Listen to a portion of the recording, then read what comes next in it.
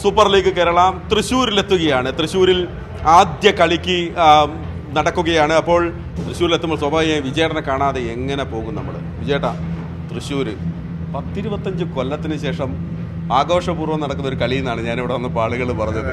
Full ത്രില്ലിലാണ് തൃശ്ശൂർകാർ. Thrissur നല്ല വൈബാണ്, എപ്പോഴും നല്ല ആളുകളാണ്. കാരണം നമ്മളൊക്കെ സന്തോഷം ജോബോളുടെ ക്യാപ്റ്റൻസിലാണ് ലാസ്റ്റോടെ സന്തോഷം കളിച്ചത്. ആ സമയത്ത് തന്നെ നല്ല വൈബും നല്ല ജനമാണ്. ഫുട്ബോളിനെ ഇപ്പോൾ ഈ മലബാർ സൈഡിൽ നിന്ന് പറഞ്ഞാൽ നമ്മളൊക്കെ പെടില്ലേ, അപ്പോൾ അവിടെ ഉള്ളവർക്ക് എപ്പോഴും ഫുട്ബോളിനോട് ഭയങ്കര ആരാധനയാണ്. അപ്പോൾ അതും മലപ്പുറമായിട്ടാണ് കളി. നോ ഡൗട്ട് മലപ്പുറം നല്ല ടീമാണ്, മാച്ച് നല്ല ടീമാണ്. അപ്പോൾ അത് നല്ലൊരു മാച്ച് കാണാം. സപ്പോർട്ടേഴ്സ് നല്ല ആരാധകരുണ്ട്, നല്ലൊരു മാച്ച് കാണാം. സൂപ്പർ ലീഗ് ഇപ്പോൾ നല്ല 2ാം സീസണാണ്, നല്ല അടിപൊളിയായിട്ട് പോണു. ഇത്രയും എല്ലായിടത്തും നല്ല ക്രൗഡുണ്ട്. ഞാൻ പറയുന്നത് മറ്റുള്ള ടൂർണമെൻറ്റ് നടക്കണ ഐ ലീഗോ മറ്റുള്ള ഐ ലീഗും പല സ്ഥലത്ത് വയ്ക്കണാറുള്ള ആൾ കുറവാണ്. പക്ഷെ നമ്മുടെ അവിടെ വയ്ക്കുമ്പോൾ, കേരളത്തിൽ വയ്ക്കുമ്പോൾ വേറൊരു എല്ലാവർക്കും അറിയാം. നമ്മൾ തന്നെ ഓൾ ഇന്ത്യ ഫുട്ബോൾ ഫെഡറേഷനിലേക്ക് നമുക്ക് തന്നെ അറിയാം. നല്ല അതാണ് നമുക്ക് ഏറ്റവും അധികം ടൂർണമെൻറ്റുകളൂടെ കിട്ടുന്നത് നാട്ടിൽ. മലപ്പുറത്ത് കളി നടക്കുമ്പോൾ നല്ല ജനമാണ്. ഈവൻ 200 കണ്ടില്ലേ, കൊമ്പൻ്റെ കളിക്കായാലും നല്ല ജനമാണ്. അപ്പോൾ ഫുട്ബോൾ ഭയങ്കര ഡെവലപ്പായി വരുന്നതിൻ്റെ ഒരു ഗുണമാണത്. ഈ ഗ്രൗണ്ട് വിജയേട്ടനും സ്പെഷ്യലായിരിക്കും. തീർച്ചയായിട്ടും. ഞാനിവിടെ നല്ല കളിച്ചും വളർന്നൊക്കെ ഇവിടെ തന്നെയാണ്. തൃശ്ശൂർ മുനിസിപ്പൽ സ്റ്റേഡിയം എന്ന് പറഞ്ഞാൽ നമ്മുടെയാണ്. അത് നല്ല ഭയങ്കര എഫക്റ്റ് കൊടുത്തുകൊണ്ട് ഈ ഗ്രൗണ്ട് ഇങ്ങനെ ആക്കാൻ വേണ്ടിയിട്ട് ഇന്നാണ് പൂർത്തിയായത്.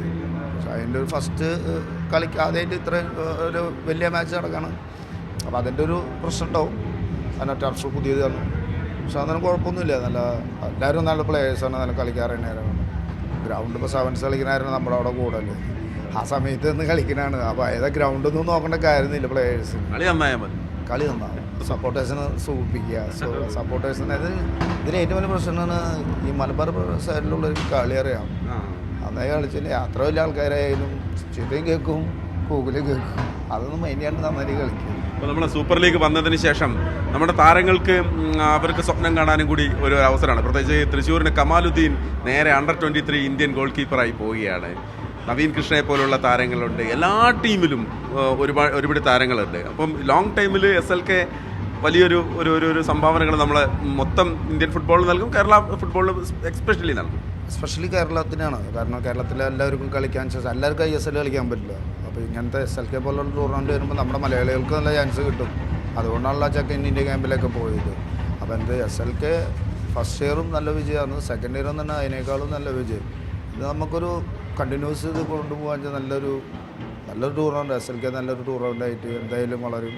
അതിനുള്ള കളി കേരളത്തിൽ കുറവാണ്. ഫുട്ബോൾ ആദ്യത്തെ മാതിരിയല്ല, ഭയങ്കര കുറവാണ്. അപ്പോൾ ഇങ്ങനത്തെ ടൂർണമെൻറ്റൊക്കെ വരുമ്പോൾ ആൾക്കാർക്ക് ഇരുന്ന് കാണാനും എല്ലാവർക്കും ISL പോയിട്ട് ഇവിടെ ഓക്കെ ബ്ലാസ്റ്റേഴ്സിൻ്റെ കളി തന്നെ കൊച്ചിയിൽ ഒന്നും കാണാം. അല്ലെങ്കിൽ മറ്റുള്ള മാച്ച് കാണണമെങ്കിൽ അപ്പോൾ കൽക്കട്ടയിലും ബോംബെ ആയാലും ചെന്നൈയിലൊക്കെ പോകാമെന്ന് പറഞ്ഞാൽ ഭയങ്കര ബുദ്ധിമുട്ടാണ്. ഇവിടെ ആകുമ്പോൾ നമ്മൾ ഈ ടവട്ടത്തിന് എല്ലാവരും വരാനും ഇതിനൊക്കെ സൗകര്യമുള്ളതാണ്. ഒരു കാര്യം കൂടി വിജയേട്ടനെ കണ്ടിട്ട് ചോദിക്കാതെ പോകാൻ പറ്റില്ല. ISL വല്ലാത്തൊരു പ്രതിസന്ധിയിലൂടെ കടന്നു പോവുകയാണ്. ഞാൻ പല താരങ്ങളോട് സംസാരിച്ചിരുന്നു, സന്ദേശ് ചിങ്കനുമായും സഹലുമായൊക്കെ. വലിയ സങ്കടത്തിലൂടെയാണ് ആ താരങ്ങൾ കടന്നു പോകുന്നത്. ISL പുനരാരംഭിക്കണം എന്നുള്ളൊരാവശ്യം പല കോണിൽ നിന്ന് വരുന്നു. തീർച്ചയായിട്ടും ISL പോലത്തെ ടൂർണമെൻറ്റ് അത് ഇന്ത്യയിൽ ഫുട്ബോളുണ്ട്, അത് അറിഞ്ഞത് ISL വന്നിട്ടാണ്. അപ്പോൾ അതൊന്നും ബ്രേക്ക് ചെയ്യാൻ പാടില്ല. പക്ഷേ എന്തായാലും ഡിസംബർ ആ സമയത്ത് എന്തായാലും ISL ഉണ്ടാവുന്നത്.